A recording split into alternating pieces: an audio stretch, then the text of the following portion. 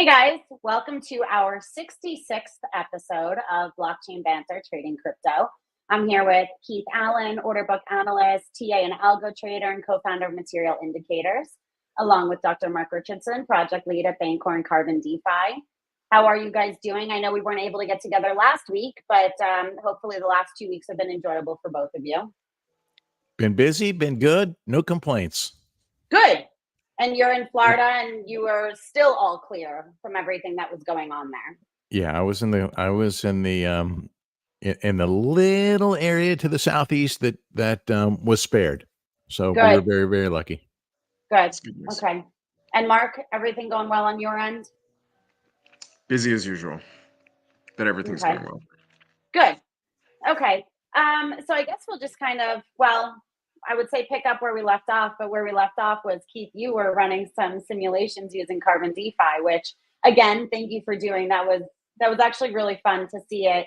You know, someone else who has never used that, kind of back testing some of these strategies. I actually played with it for a little while after that, and it actually helped me kind of fine tune the range that I was trading. So I think it's a really, really cool and compelling tool. That's very cool. So it's not just, Mark, you're muted. It's not just for on-chain traders then, because you don't trade on-chain. So anybody, even if you don't, it's not like you have to connect your wallet or something like that in order to use the simulator. Right. I haven't made the step of going full DeFi. And connecting my wallet and doing it that way, but you can still apply the data whether you're trading through the platform or not. That's probably the next step for me is to maybe put a little bit of capital up there and play with it just to see small amounts. You know what? It's baby steps, right? I mean, I think for everybody who's getting into DeFi, I mean, diving right in is wonderful, but I mean, it's kind of intimidating. I say that, and I've been in the industry for, 5 years now. Mark, that's kind of cool to hear, right? So Keith, even though he's not like on-chain trading and DeFi and everything else, is using the simulator just as a trader, an experienced, trader using your simulator. Very validating. Yeah.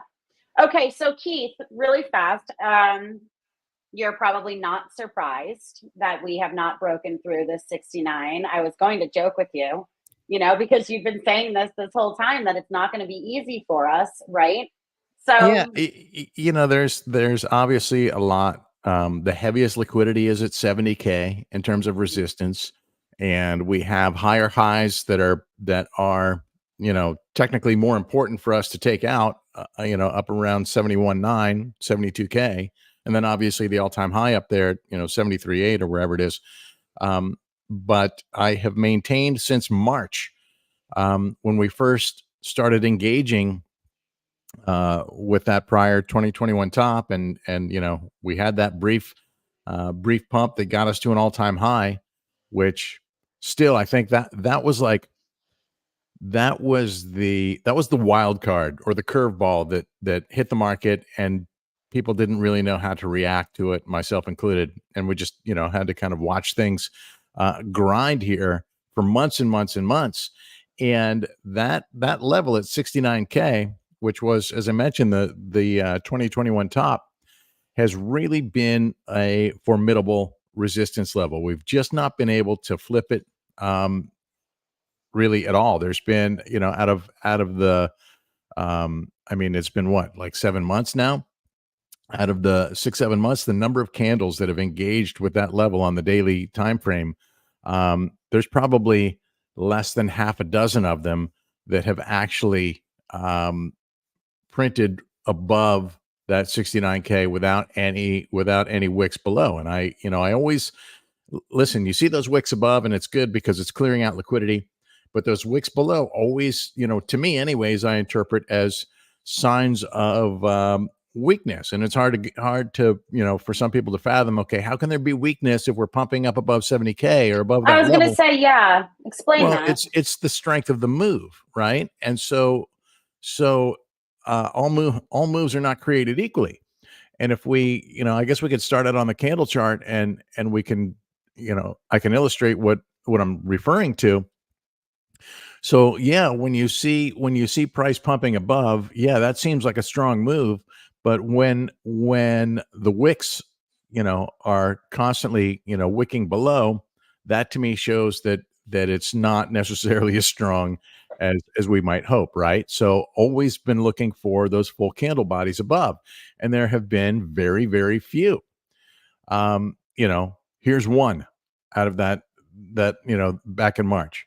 And then, actually there were two, and then we got that wick below. So we really thought things were going to pump, and then things broke down, a bigger breakdown, same set of circumstances.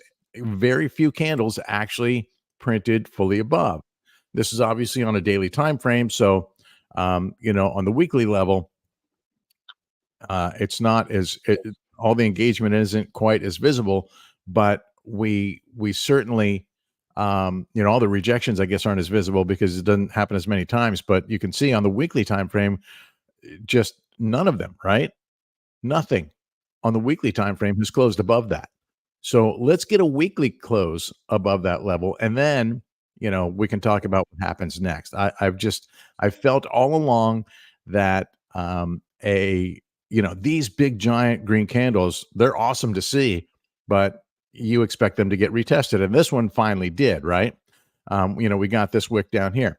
We never got those retests down to this 40 to 45K level that you remember we thought was going to happen for so long, or even down to this 25 to 30K level. Question. Yeah. Really fast. That wick that you said that we see, the retest, is that sufficient? Is that good enough for you or like Mark, you too? Does this count as a retest to 50K? Yeah, are you sold on that being the retest, or do you expect it, do you expect us to see it again? Well, what I like about this, there's a couple things I like about this. I like that it one went down to this 50K level. It actually went below that 50K level. It was to the low to mid 49s for openers. Number two, it did bounce from the 50-week moving average. And then we got a retest here of that level. And you see this line here. And this is what really pulls it together for me. If you recall, when we were talking about the death crosses, right, and looking for recoveries from the death crosses, and I had showed back at the time the history of double bottoms coming out of those death crosses, like we saw here and we saw here, et cetera, et cetera. And I'm not just talking a single death cross, but we had like multiple death crosses in a short amount of time. I think it was like 4 or 5 we right. saw in that short amount of time. We had a lot. And so if we look at this on a line chart, and I encourage you guys to get a different look from time to time, because it does change your perspective a little bit. On a line chart, that's a perfect double bottom.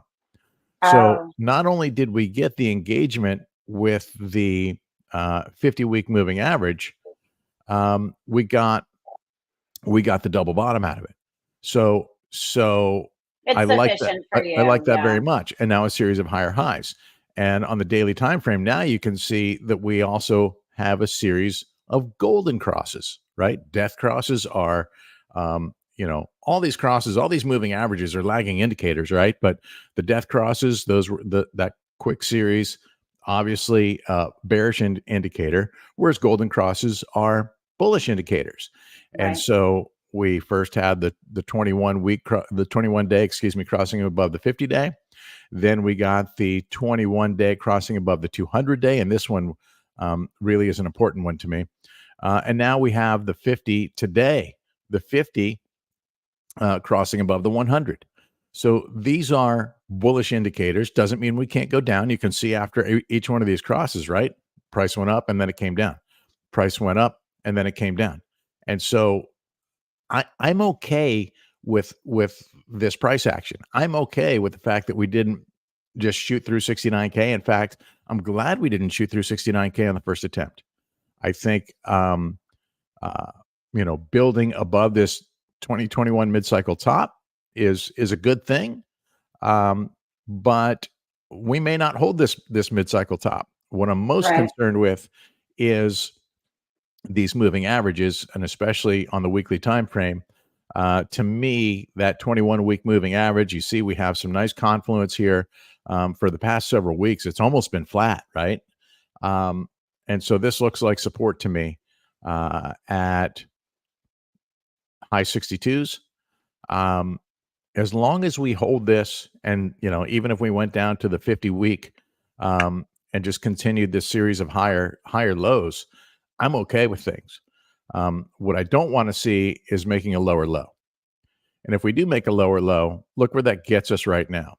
I was going to say, you just said that we hadn't retested those lower points, right? So if we were to go retest this, that brings us right to the trend line, which to me is the mother of all foundational support levels, right?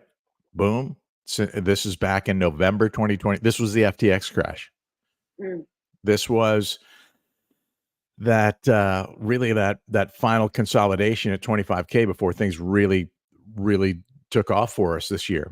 And so this would be, in my opinion, a gift at this point if we went down here, or even potentially down lower. But I think what's happening now is this is just another attempt to shake out. I've heard all of the chatter about price pumping because of the presidential election, because people think Trump's going to win. Well, if people think Trump's going to win, and that's the reason for the pump, then why didn't we just shoot through here? Right? Yeah. To me, we're always trying to find that catalyst or make sense of it, right? There's gonna, in my opinion, there's going to be a knee-jerk reaction to whomever wins the election. And I think it's largely believed and understood that if Trump wins, then there's going to be a pump. And if Harris wins, there's probably going to be a pullback. But I think that after the dust settles and we get into 2025, Bitcoin's going to go back to doing what it does. And if we get a rapid Trump pump, I would expect an equal and opposite reaction in the other direction once things settle down. So, I don't trade the noise. I don't trade the chatter. I don't speculate on who's going to win the election in terms of where I'm trading. I'm just looking at these levels. It's as simple as that, right? And this was a clear rejection from 69K. Yeah. Doesn't mean not ever, just means not now. Another question. This one's for both of you. Keith, you were saying that when we pumped initially, right, that it caught a lot of people off guard, yourself included. Now you're saying that there's going to be some sort of a knee-jerk reaction, whatever happens with the election. How do you guys play these specific moments, or when you were caught off guard? That's a great question, and how should others maybe approach this? In your best advice? That's a great question, and there's really a huge difference between whether you're trading, you're day trading, trying to generate daily income, or you're building a longer term position for for the future. And if you're building a longer term position, and I'm doing a little bit of both, but I'm mostly interested in that longer term position. I have a little bit of capital set aside for trading, but I'm mostly interested in building that position and improving my cost basis when I can. But I will tell you that it's getting harder and harder to do. It's getting harder to call these perfect tops or bottoms. And I did, like the other day I was out and I had some family stuff to do and I couldn't sit here and watch and guard my trade. So I just, I was like, let me take my highest entry, and I'm going to put on a trailing stop loss. And if it dumps, it'll close. I'm in profit.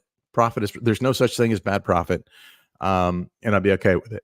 And so that's what happened. So did I get closed out at 69? No, not so lucky. I got closed out way lower, but still in profit. In hindsight, I think I'm done doing that for a while, because what I'm doing now is I'm taking the capital that I freed up and I'm looking for bigger dips to buy. And so if we get this pull back to this 21-week moving average, I'm buying it. if we get pulled back to this, That 50, 21-week moving average is at what? it is currently at, I'll tell you exactly where it's at. It's going to vary a little bit, depending on what exchange you're on, but it's at 62.7.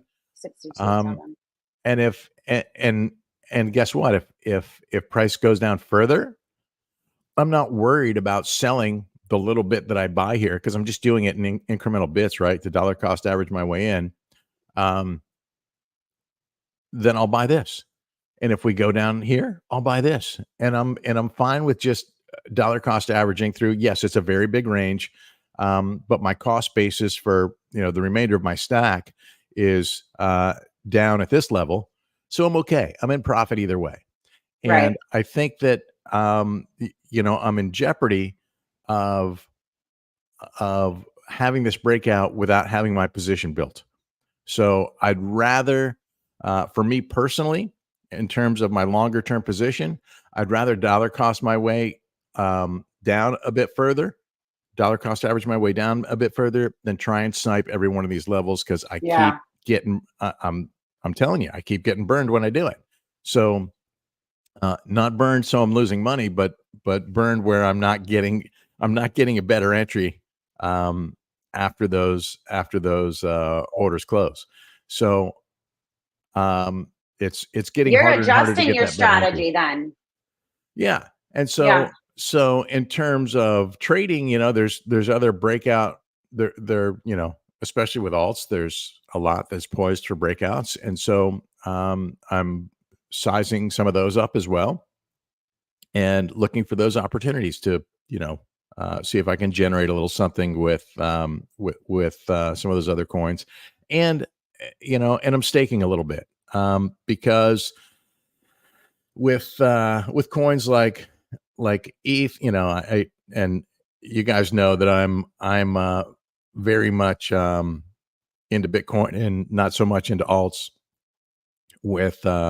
but I do see the potential for a lot of upside with some of these other coins. So I'm willing to put some capital, push some chips across the table. My ETH position is underwater, but I'm staking it. So, I think that eventually it's going to find its way back to green.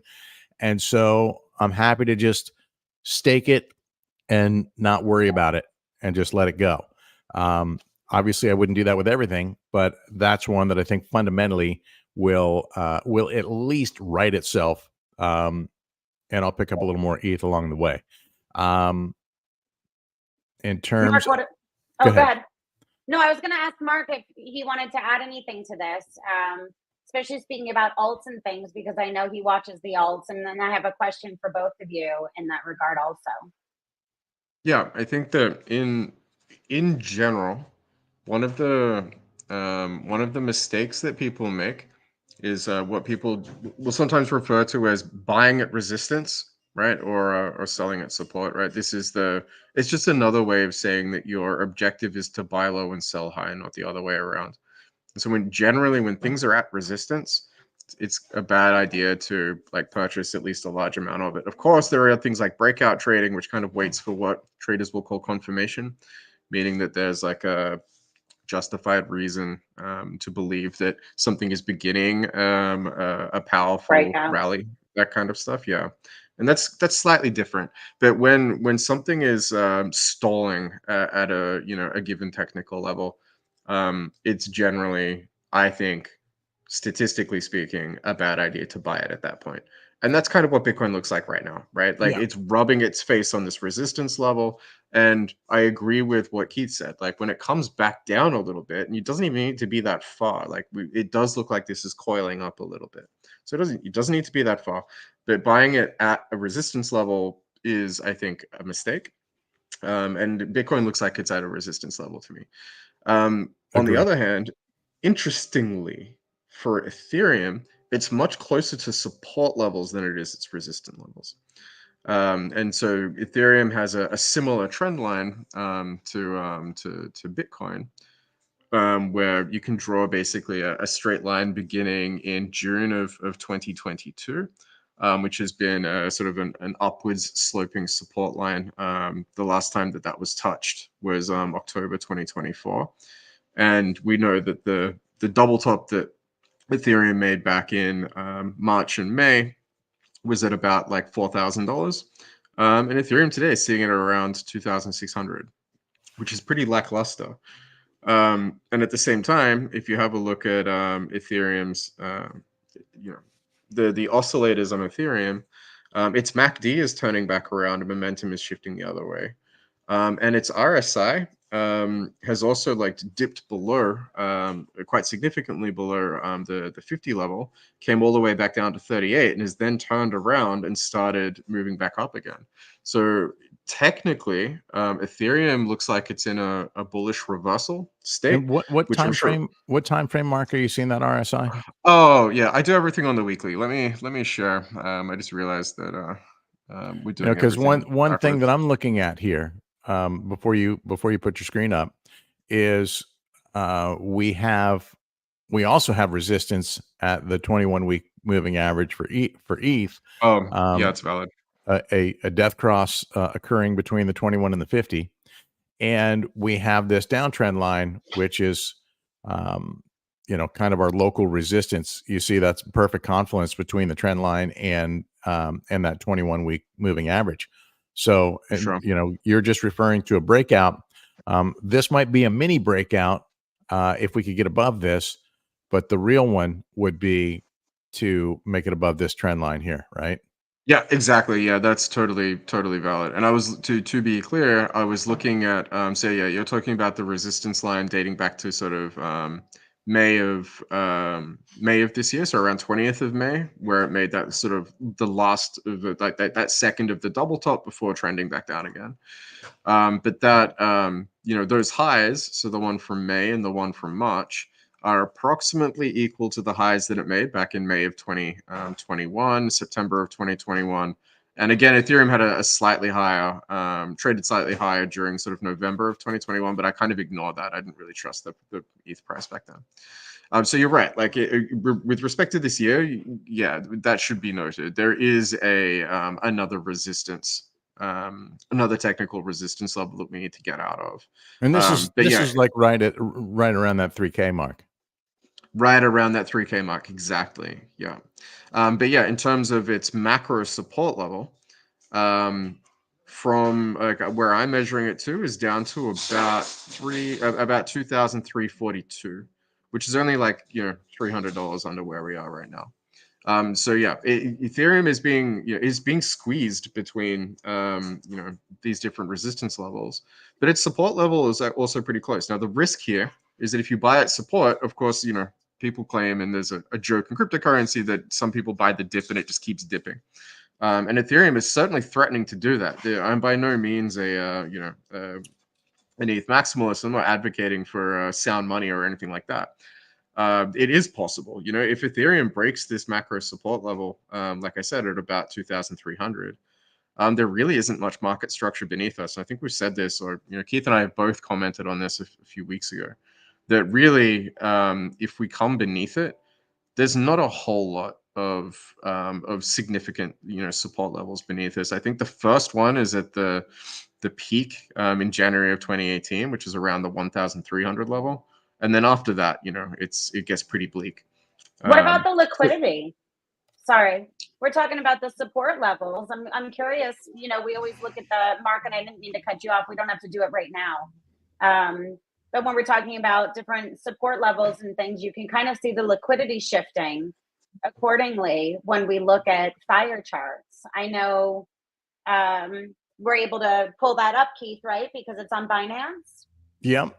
I'm I don't mean to put trying you to on get the there. spot, but Yep. just kind of curious, because I'm always curious what the liquidity is saying, what the order book is saying. And Mark, I didn't mean to cut you off. Unmute and keep going. Sure. Yeah. So all I was saying is that this is sort of building on something that Keith was just mentioning, which is that the alt markets, there are always these periods in the Bitcoin cycle. If you subscribe to the 4-year cycle or not, it doesn't really matter. But yeah, historically, there's always this kind of blip in time where the altcoin markets do some interesting things while Bitcoin is doing relatively nothing. Not necessarily the Bitcoin's capitulating or anything, but that it gets boring to trade. Volatility tends to dry up, and and it stagnates for a little while. And during those phases is when altcoins tend to sort of bounce off these significant support levels and continue higher. And it just looks like Ethereum is at least flirting with that idea for now. But this is by no means me advocating for that type of gamble, because as I just said, I do think that if Ethereum continues much lower than it is right now, that it could continue, like it could begin a very bearish downtrend for Ethereum that I don't think that Bitcoin is going to see. So yeah, Well, it's interesting. you can see here on fire charts, you got quite a bit of ask liquidity above, keeping price in check. We've got some local support at that 2600 level, a little bit more at 2550. And in terms of, some confluence with technicals on that, this box here is the golden pocket between the 0.5 fib and the 618 fib. And that's a retrace from the November 21 all-time high down to the swing low in June 2022. So the fact that we're above this golden pocket is good, right? In terms of strength of where ETH is trading.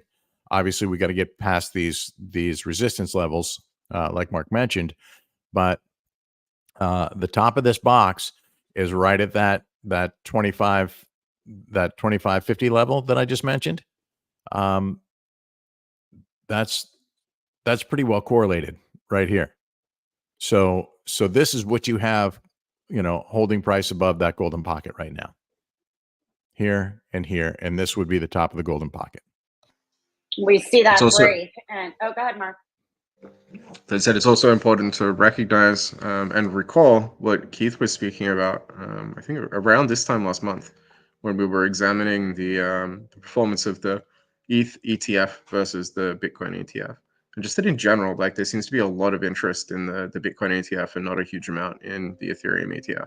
Yeah, and that has continued, especially the last, let's see, 1, 2, 3, 4, 5, 6, 7 trading days. There's been some really, really big numbers of Bitcoin ETF inflows. By contrast, ETH, well, they've had at least a few positive days, but the numbers are nowhere. Good. I mean, it's not even in the same. Not even the same ballpark. Yeah. They're completely different instruments at this point. No, so yeah, it's in fact, I have to change this back to big. If I keep this on ETH too long, I start to feel dirty. So I'm going to change this back to Bitcoin.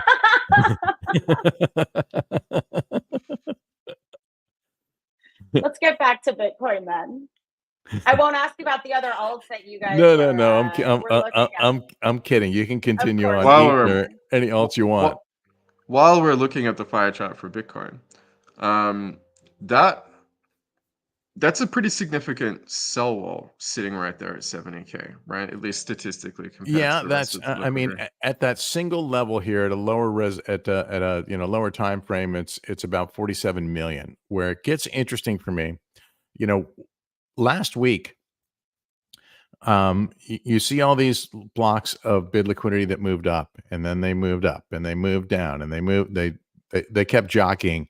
None of them got filled. Right? You notice this? I'll take off this tag tool so it's not in your way. Right? Didn't get filled. This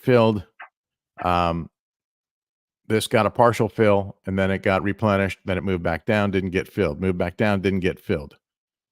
And we saw a series of these movements pushing price. I call this liquidity herding, right? They didn't have any real intention of getting filled. But they did, at least not getting filled down here. Perhaps their intention was to get filled up here, right? But they succeeded in pushing price quite successfully. And now you see, like, this was the last block. And these were all similar, if not exactly the same size blocks, by the way. So that's why, the fact that they're tip to tail and they're the same size is an indication that it's the same entity doing it. And so, then they pulled back down and then down again. And so this to me is attempting to draw price back down to this level And we are, again, like I said before, I don't know if that mid-cycle top, which is right here, basically, I don't know if this is going to hold or not. And the reason I have some concern, if we zoom out here to a higher time frame, gosh, my internet is just choking today. I don't know what's going on. Usually it's my kids streaming stuff and, but, so, I know you guys remember how many times we've talked about, the brighter spot wins the battle, right? And we waited for a long time to get enough liquidity to push price up. We had this nice ladder here, and now we have, overhead, a considerable amount stacked in that 69 to 70K level, and not a whole lot below, right? I mean, there's liquidity laddered all the way down to 38K, but none of it is like concentrated in one spot. And that's what it takes to push price. So what I'm hoping to see at some point in time, and preferably sooner than later, is that, right? Remember, we got this back in early September, and I said, hey, it's finally looking like we're getting enough to push us up, and it did. Now we need to see more of this bid liquidity moving up, concentrating above this 60K level, really concentrating above that 21-week moving average if we want to hold that, right? So at the moment, we have a decent ladder here, but it's not super dense. There's about 100 million right here in this range between 65 and where we sit right now. So that's significant for one exchange, but it is, I want to see a big bright block, that gives me more confidence. So I don't think that we're penetrating through this until we get some erosion up here, right? And you can see in the past we have had that erosion because some of that ask liquidity moves down, some of it moves up, moves through the range, and so it's very likely that when the market is ready, when they're really ready to make this move, that either we see a larger concentration of bid liquidity coming in near the active trading range, and or we see some erosion up here that makes this easier to penetrate. And by erosion, that could mean that some of this ask liquidity drops down into this range and gets taken out level by level, or it could fade its way up, which would be better for the guys trying, if somebody's trying to make more money, why hold it down? They're holding it down because they got shorts that they're protecting. That's why.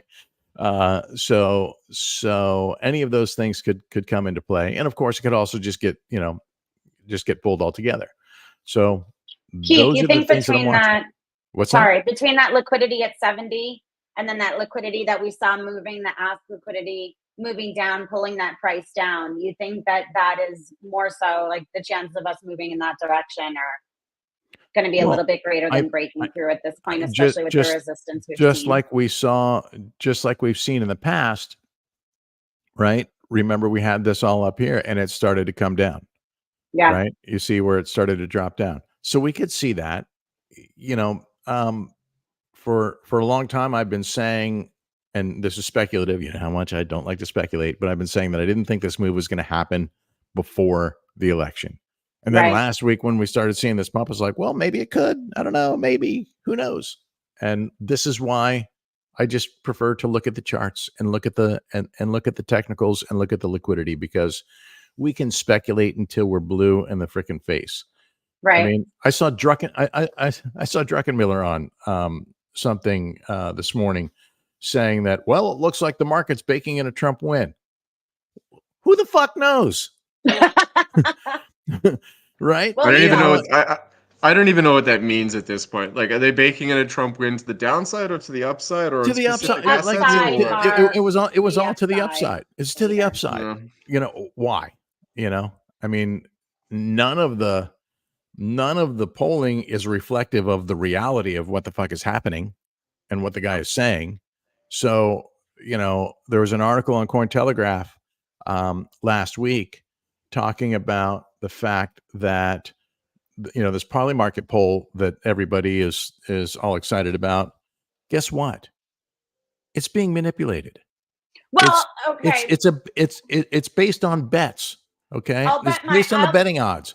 Well, do you think that that the orange guy has the resources and the allies who can pump those bets to make it look like it's favorable for him? And do you think that if and when he loses the election, he's not going to say, well, this is rigged because look at all the polls. All the polls had me winning by a landslide. All the polls that you pumped. I know you two are not Trump fans. I am, so I am biting I'm sorry, did I emulate that? I am biting my tongue because you're saying that you're in Trump Arizona. Whatever the fuck happens in Arizona, who? let's by the way, Elon, I signed your petition. Let's not turn this into a political debate. Wait, did you sign a petition to get paid from Elon? No. That's also illegal, by the way. Freedom of speech and the right to bear arms. Well, nothing to do with the vote. Right, but that's not going away. Well, Mark's right. Let's not get into politics. We'll have another call, and it'll be blockchain banter.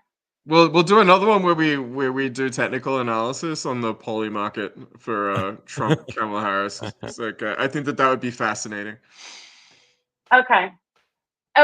So going back to this, then question about you guys trading the alts, because we'll move on from Kamala and Trump in the election, but. My question, when Bitcoin is not as interesting to trade, right? And you guys are looking at the alts. Keith, I know that you were saying that you have your ETH staked. It's just there. You're looking more so at the accumulation of it through staking, right? The rewards that you're getting. When you're looking at other alts, right? I know we mentioned Litecoin at one point, XRP is fun for some to trade. Are you trading this and then, profiting, like taking profit, USDC going into a stable coin and then putting that back into your BTC accumulation? Yeah, Are you building any sort of significant bags in the alts, or it really is? It all just comes back to. I do have a little bit of ETH, a little bit of Litecoin, and nothing significant in others at the moment. I am playing a little bit with Matic, or formerly known as Matic, Polygon, and a little bit of Solana, and the Solana and the ETH and the Matic actually, I'm trading on Coinbase, and those I can stake. So I'm staking those. And the other thing about trading on Coinbase is my USDC also. Anything that's not in a trade is earning 5%. So I'm good with that. Yeah. So just accumulation at this point. Yeah. And basically trying to build, accumulate more powder to buy more Bitcoin. Got it. Okay. So it is going back to Bitcoin. Mark, what about you? Are you trading alts at the moment? Always. Yeah. Yeah. So I pay attention to a couple of different pairs. So I was trading, I still am trading things like chains that I know well and like what their layer 1 token is. So things like the Say token, things like the Celo token. Obviously, ETH is something that I trade fairly regularly. Keith, I'm going to bring Mark's up real fast. We'll come back to Litecoin. Okay. So yeah, I do trade these things. Like I've always got them, and so I feel like it's nice to to be trading them and doing something with them, even if I sometimes I lose, sometimes I win. Let's say like on a long time frame, I'm still relatively positive, so I don't make like terrible decisions. But not all of my decisions are good. There are some layer ones that I did lose money on this year, but that's okay. It's not too big a deal. What I wanted to show you is this is the price of ETH in terms of Bitcoin, and like it is in like a fairly commanding downtrend that's being fairly. And it broke out of that channel that you had there. Even broke down, yeah. And remember that this is the channel versus Bitcoin that I've been talking about from time to time, because it's been so reliable. From 2022, when ETH touched the top of this channel, you sold it. And when it got to the bottom of this channel, this isn't even the I was resizing this when we were talking, so give me a sec. It was something like this. So, it's dipped below this channel a couple of times, or at least flirted with, breaking out of it. But yeah, selling ETH here and buying ETH back here, and when it's kind of getting to the top of this thing and when it's getting to the bottom, this has worked relatively well, trading ETH back and forth between TBTC or WBTC. And then it kind of broke out. So like I did make a, conceivably a bad trade here. But because of the consistency of this channel over the last 2 years, it wasn't too bad. So even though I'm now, fairly long ETH at a much higher price point, like 20% higher than what it currently is, I don't mind too much. But what's interesting if you were is buying low and selling high throughout that whole channel, there's 1, 2, 3, 4, 5, 6, 7, 8, 9. there are a bunch of 10. touch points. Yeah, I mean, and 12 to 15 really, different touch points that you're able to actually accumulate Yeah, and build a significant, a bigger bag than you initially would have, right? yeah, and I'm not like respecting these touch points necessarily. Like what I mean when I draw these kinds of channels is like when things is kind of above halfway, this is when you're selling them, and when they're below halfway, you're buying them. So it's not like this is gospel or anything. And I don't have too much discipline when it comes to how much I enter with at certain points. That really kind of depends on my situation at the time. But one of the things that I would like to note is that there is a very, very strong downtrend here, sort of beginning in October of last year, and we're on the weekly chart, by the way. And this isn't necessarily mirrored by the RSI, which is actually trending up a little bit. This is technically a bullish divergence in the ETH chart. Now, we don't really like, this isn't really a good bullish divergence. It's like mediocre. The MACD doesn't really agree, right? The MACD is still showing, agrees with the trend here. But what I will note is that it's a pretty strong divergence in the RSI and the candlesticks, right? This is a really relatively commanding drop, right? We're looking at a, something like a 28% drop here, whereas the RSI actually shows a slight increase in strength or rallying strength. And what usually follows with these kinds of things is that you do see an impulse change in the market. And I'm not sure what that's going to mean here, but I think that the ability to come back into this channel is probably relatively high. Now, when that happens, the channel continues down here. So we're not saying necessarily it's coming back up to these levels, but I wouldn't be surprised if we end up back mid-channel here and sort of regain that 20%. But it's just interesting that it looks like, Ethereum is winding up a haymaker here to sort of get back into the channel, but we'll see. Yeah, we'll see. There's no like on the monthly, for example, there's absolutely no reason to be confident at all. This is, if you have a look at the. So how do you know which one you really want to look at? Well, I mean, like data. One you have a little bit of confidence, the other one you have zero confidence. So how do you decide how you're actually trading? Well, we're just reading. We're still reading tea leaves here. Looking at but the. as a the trader, like how do you make that decision? The liquidity. Well, it depends on your time frame. So if something's looking bullish on the weekly time frame, then I will trade it weekly. The monthly time frame is very, very long. So what I'm saying here is that if you had been accumulating ETH, how long is the monthly time frame? About a month. Around about somewhere around there, give or take. Who's counting? But yeah, like 28, 31 days, something like that. But yeah, what I mean is like every time ETH approaches, like it's never really been overbought versus Bitcoin or oversold on the monthly time frame. But like it gives you fair warning. Up here was a really good time to get out of ETH, and the MACD told you to do that. And then it crossed. This was a really good time to get into ETH, and then it crossed again. This is a really good time to get out. But these take a long time. Like this sell point was back in December of 21. So that was your time to sell, and we're still waiting on that kind of time frame. So like a multi-year time frame, we're waiting for a good signal to go all in on Ethereum again. From a Bitcoin position, I just don't see that here. But Mark, have we seen that in the past though? Yeah, we have. We kind of have. So let me go right. back Like how many times have we seen that? There's like that once. no confidence in this. We've only seen it once. Yeah, so back here in September, August of 2019, this was a like an all-in Ethereum signal. So actually it took a little while, but this was a pretty nice rally versus Bitcoin. And by the time the MACD crossed on the monthly time frame, you still would have been able to improve your position, 236% versus Bitcoin.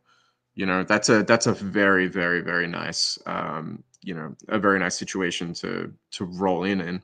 But we haven't seen it again. The time to get out of Ethereum into Bitcoin was back in May of 2022, just before the entire altcoin market crashed. And we've just been waiting patiently for this thing to turn back around. We haven't really seen it, at least on that kind of time frame. But yeah, for the weekly, it's not looking too bad. So like from now until the end of the year, you can see we're crossing over here, and this might start rallying up again. We're at very, very close to oversold levels on Ethereum. So, you wouldn't even need too much of a rally here to see the price improve like 10, 15, even 20% versus Bitcoin. But the opposite could also happen. It could just turn around, and like I said, there's hardly any market structure here at all. Versus Bitcoin, I think another 25% down is probably the next checkpoint. And then if we lose that, it'll be sort of 50% down versus Bitcoin, and who knows what's happening to Bitcoin during that time period. But yeah, short version is the altcoin markets, well, at least for Ethereum, are not looking too bad. I haven't been paying much attention to XRP or Litecoin. I usually do because it kind of gives you an idea of the weather in Bitcoin, but I haven't been doing that recently. We've got 5-10 minutes left. I'm gonna bring Keith. Can I bring your chart back up? Your Sure. screen. I know you had Litecoin pulled up. Oh, we switched. Yeah, Okay. I can get there. No, that's okay. Did you want to add to what Mark was saying? You No, pulled up I kind of following along. I was just following along to see what I had on my chart, and I don't have MACD on this chart, but I've also been showing a downtrend since back in June on that ETH BTC pair from Trend Precognition, and I don't remember when I laid this this support line here, or this RS flip line here, around 36 or 0.036, but that's a target I've been watching here, and it looks like believe it or not, despite the downtrend here, that we might be seeing an uptick. This is on the monthly. We could see an uptick after this month, right? November. If this orange A1 slope line crosses this blue center line, then we would get a long signal, but it could very easily revert from here too. So we'll have to see how that plays out. Litecoin I was looking at. Litecoin I think has been a sleeper for a long time. I remember talking about Litecoin when we first started on the Twitter Spaces, before the live stream and everything else. It was something that we had spoken about. Right. It's like it's like a sleeping giant. It's been around for a long time. It is, when I first got into crypto back in 2017, this was, it was Bitcoin, ETH, and Litecoin were the heavy hitters, and in terms of market cap anyways, right? And so I don't remember if it was top 3 at that point, but it was at least top 5 back in those days. And so obviously it's faded way back since then. But it also has, it boasts it boasts, lifetime of uptime with 0 outages, and a high number of transactions, super fast. And we're starting to see some more money come into Litecoin. There was recently an application submitted for a Litecoin ETF. Now, if interest in an ETH ETF is as low as it is, what kind of interest is there going to be in a Litecoin ETF? That's a good question. I mean, can you imagine if the interest in a Litecoin ETF is bigger than an ETH ETF? I mean, that would be like the death of ETH. So Keith, you're describing Litecoin almost like an investor, though. We always say there's a difference between an investor and a trader, right? right. Well, Like talking about its tech and everything else. I always see a lot of traders saying, like, don't marry your bags. A lot of them don't even know what it is they're trading. They see the Litecoin chart I've been and waiting. that's what they're trading, right? I've been waiting for fundamentals to matter in this game since I got in this game, and I'm constantly disappointed that they don't. But I can't ignore it, right? I mean, it's like it's a Yeah, coin that's been around for a long time. It has some solid fundamentals, and it's not one that I worry about being a Ponzi and getting rugged. And right. so those are the coins that I'm willing to hold on to longer than say a SHIB, because or or the Liberty Financial or the Liberty Financial Ponzi, right? We're saving it for the politics call. Right. I'm not going there, and I'm not doing a politics call. You're just going to throw it out there every chance you get. And then I'm going to say, moving on, Keith. Listen, I own my guns and I speak freely. Mhm. And I won't be giving either of those up. And I'm not worried about either of those things going away. Um, regardless of who's president. But in terms of the upside potential for Litecoin, I see a breakout happening, and I see a good potential upside, even if it doesn't go back to all-time highs, even if it just goes back to the 200-week moving average. That's a 55% move. I'm happy with that. And that's a nice range that you can trade. Right. That goes back a year and a half. And the risk reward on this is good, right? So or 2 years. So I'm fine with that. In terms of, one of the things you asked me at the beginning was trading versus investing, and I really was talking mostly about my longer term position on Bitcoin. And so in terms of trading, I would be trading the range. I would be very, very reluctant. I don't trade leverage to begin with, so it's not an issue for me, but I would be very, very reluctant to put on a high leverage trade, because it's a matter of time. In my opinion, the breakout is inevitable. It's just a matter of time. What I showed you on fire charts, it is, in my opinion, not now, but that doesn't mean not ever. And so that's why I'm reluctant to, and I'm seeing, we're seeing the over leveraged trades get liquidated on both sides. It's like the game of ping pong. They squeeze the shorts, they go back and get the late longs. I wonder what the rate of success is when trading with leverage. I wonder how many actually come out of trading with leverage successful. Well, I think a lot of people do. I think a lot of people do, but the smart ones close their trades, Yeah. Yeah. There's actually there's a Nobel Prize awarded. There's a Nobel Prize awarded for this called Miller-Modigliani theorem.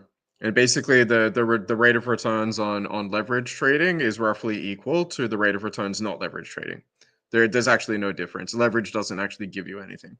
It gives you something if you close, if you aren't greedy, and you take your gains, and you take the money and run, instead of trying to squeeze every last Satoshi out of each trade. So I like I said, I like support here in these moving averages here. I don't think, based on what I'm seeing in leverage right now, or estimated leverage, I'm not confident that this 2021 mid-cycle top is going to hold.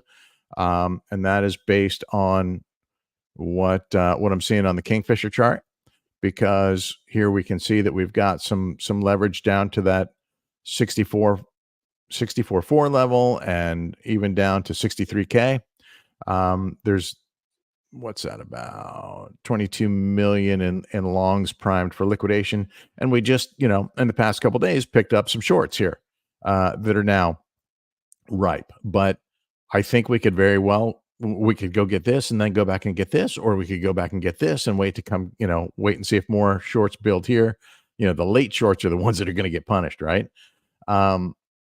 So, you know, we had a lot more recently, you know, as much as a week ago, and these guys were looks like they were smart enough to close, right? When they saw price pumping up at 69K, they closed. I think they actually closed once we got over 67. So, in my opinion, this is, you know, these are ripe targets, and if those targets are hit, that would shoot through this mid-cycle top. But like I said before, it's these moving averages that I'm most focused on in terms of support. I really like the 21-week moving average.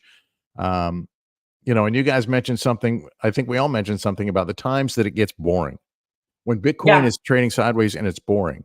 Well, if you look at history, those boring times, those are the times to consolidate. I mean, to accumulate when we're in an uptrend like this, right? I agree. I agree with that. Those were good accumulation zones. Accumulation zone. Accumulation Yeah. and distribution. Time will tell.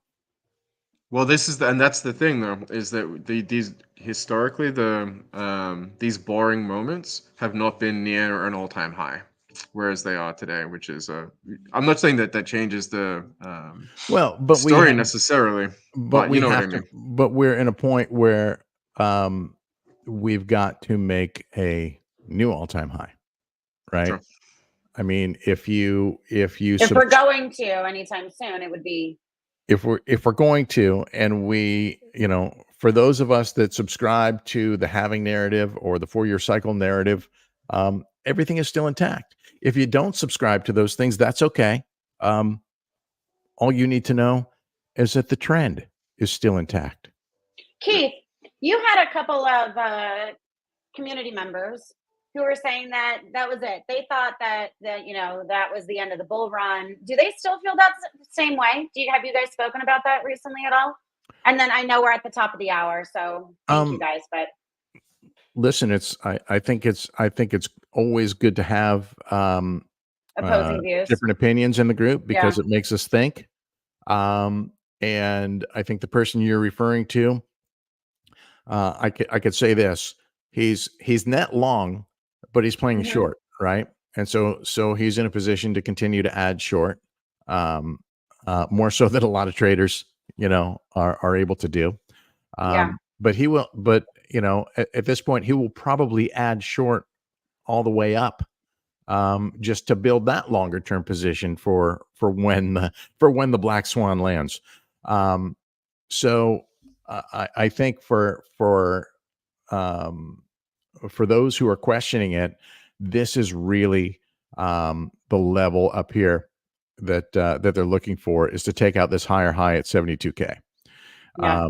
Because the higher highs that we're making right now are still part of this downtrend, right? We're just digging our way out of this downtrend. We haven't done effectively yet, right? So we have from here a higher low,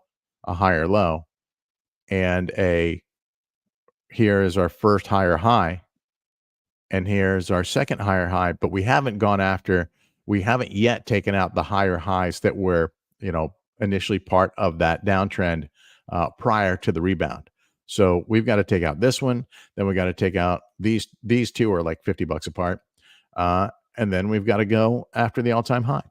So again, what I want to see is consolidation here, then break this, consolidation here, break this, consolidate, and break that. And the longer it takes, you know, I mean, I at this point, it's taken a long time, right? We're all ready for it to happen, but Yeah. I don't think it's time to. I don't think it's a time to get impatient. I don't think I was just gonna say that. serves you Yeah. well in this game. Yeah. If anything, it's a time to be patient. And if you're not comfortable trading the volatility that's there, sit on your hands. Know what your invalidations are, right? Know what your if you're short, know what your invalidations are to the upside. If you're long, know what your invalidations are to the downside. And unless those targets are reached, sit on your hands. Yeah.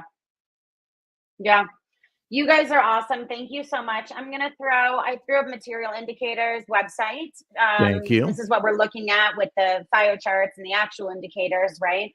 Also going to, in the beginning of the call, we were talking about the simulator, a tool that, we showed I can't say last week, 2 weeks ago on our previous call, that Keith was saying that he actually played around with and used to kind of refine those ranges and things. This is part of Carbon DeFi, where you can go and back test any two tokens you choose to up to 365 days. So, if I can just add, one of the eye-opening things for me on playing with that simulator was the difference in potential profits by actually lowering my my sell targets. Lowering my versus trying to time the very top. Lowering the sell targets, instead of trying to stretch it out to the top every time, to the top of the range every time. Closing it more frequently allowed me to turn more capital and exponentially increase the profits. I'm so glad that you went and played with it a little bit, because it really is, when you can actually see that, and it shows, Mark, you created it so that anybody can go and see exactly when these trades are filled and things of the sort, right? So you can go back and see that this isn't just, it's using this real historic data. It's not like you just kind of pulled this and created it to show something, bullish. This is really an analytics tool meant to help traders and liquidity providers, both on chain, really, create this confidence in their strategy. And I can't say perfect it, right? It's so difficult. We don't have a perfect strategy every time, but at least improve it. Hopefully improve those results by playing with those ranges and things. Yeah, it's cool. Definitely worth checking out. Well, awesome. Thank you guys. You are both wonderful, as always.